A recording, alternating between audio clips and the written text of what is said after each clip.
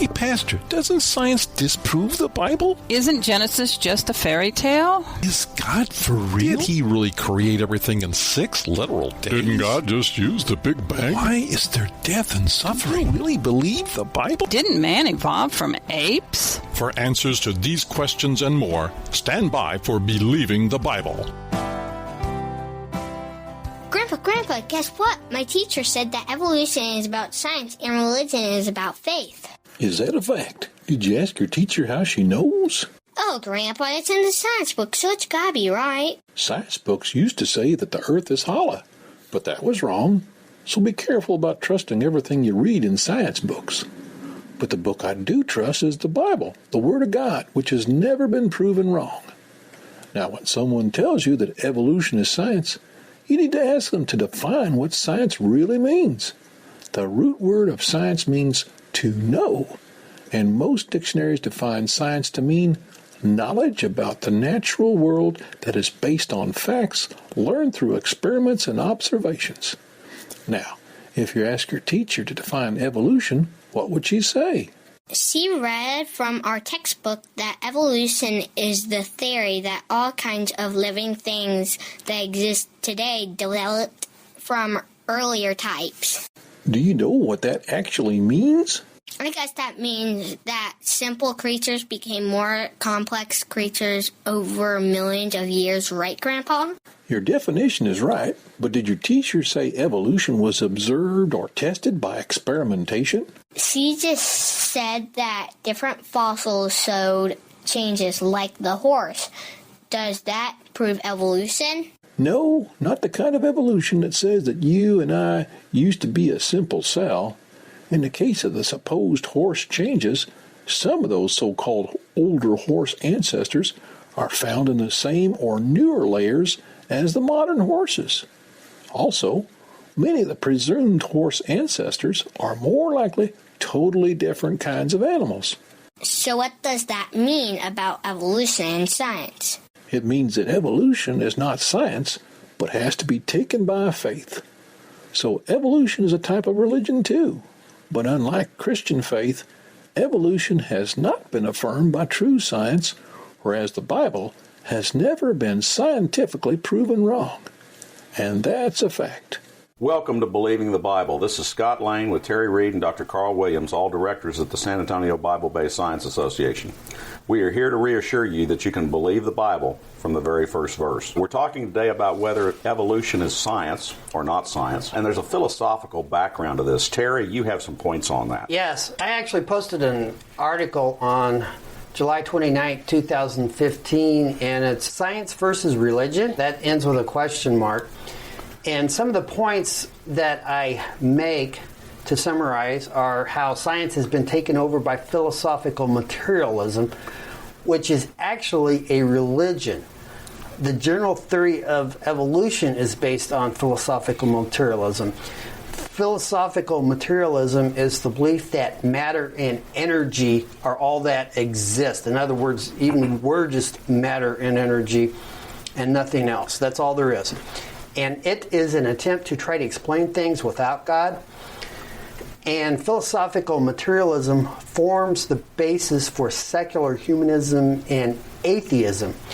Just to give you an example, Bill Nye, who claims to be just all about science and not about religion, in 2010, Bill Nye, the science guy, received the Humanist of the Year award from the American Humanist Association. Now, if he's just all about science and not about religion or philosophy, why would he receive the Humanist of the Year award from the American Humanist Association?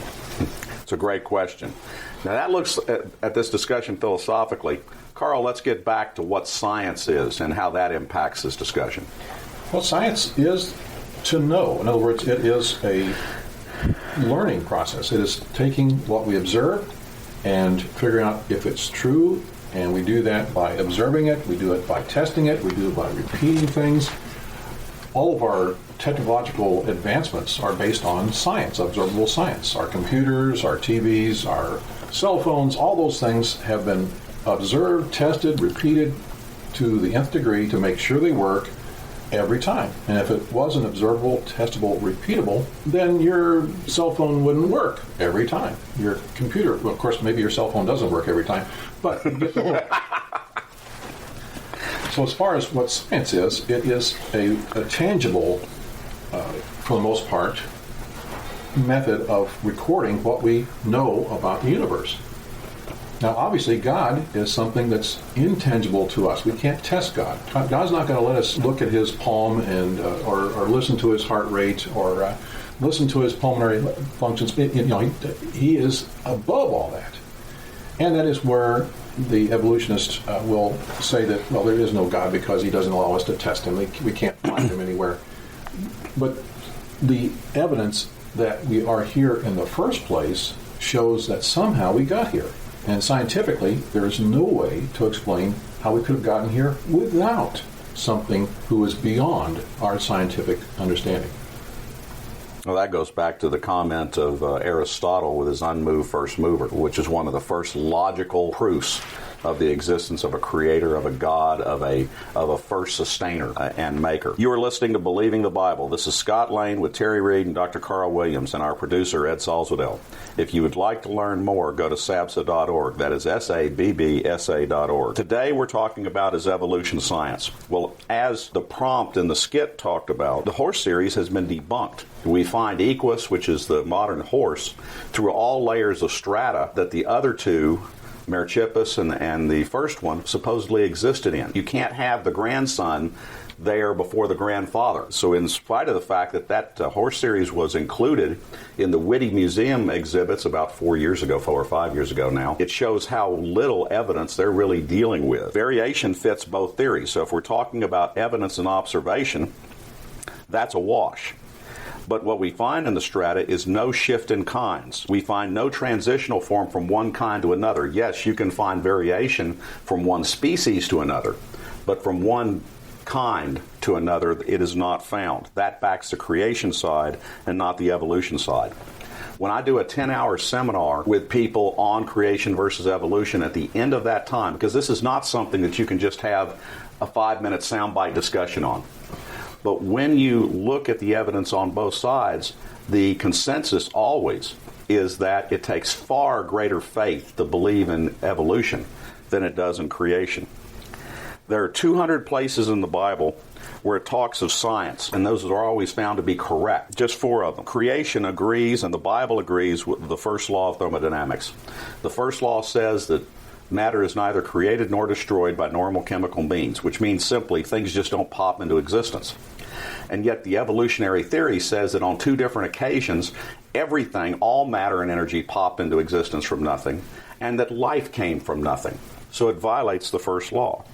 The second law of thermodynamics says that everything is winding down, everything is wearing out. And Psalm 102. Psalm 102. And point of fact, that's just one great example, Terry, because there are about 5 to 10 different places in the Bible where it talks about how the earth and everything is wearing out like a garment. Creation groans. The creation groans from the fall, yes, and is looking forward to the day when it will be restored. The Bible repeatedly agrees with the second law, because that was a law established by God, which was a penalty for us for what we did. Evolution, ridiculously, says that this well-observed phenomenon doesn't exist, that everything is not wearing out. In fact, it is winding up. It is getting better because evolution moves forward. The Bible agrees with the law of biogenesis, with the idea that life always comes from life. This may be the single most observed scientific experiment in the history of man.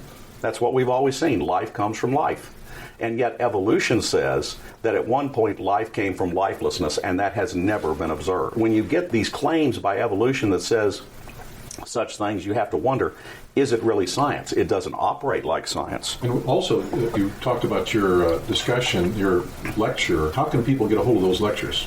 Well, of course, we will be happy at any point to come out and give people anything they want in terms of presentations or lectures. But One way that people can easily get those is that they have been recorded on YouTube, and there are links for those that our producer Ed Salzadell has put up on the title page for our website. And so you can click on those and link to those at any time and get that whole lecture series. Any other thoughts, guys, in terms of science and evolution? Because I don't think it is science. Well, I can tell you what George Washington Carver said in a 1925 letter to Reverend Lyman Ward. Carver stated, "I am not interested in science or anything that leaves God out of it." So he believed that God was the origin of science.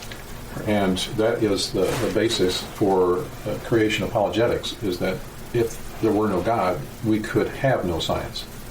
And that's how this whole discussion has been turned on its head in the last 100 years. Science, throughout the history of the Western world, was trying to think God's thoughts after him, trying to discover what he put together, trying to make sense out of the fact that you could actually make sense of everything. And the fact now that we're trying to say, well, it's all just matter and energy, that it's all haphazard, that it never was designed, when we see design everywhere, makes no sense. And you have to ignore science to come up with such ideas.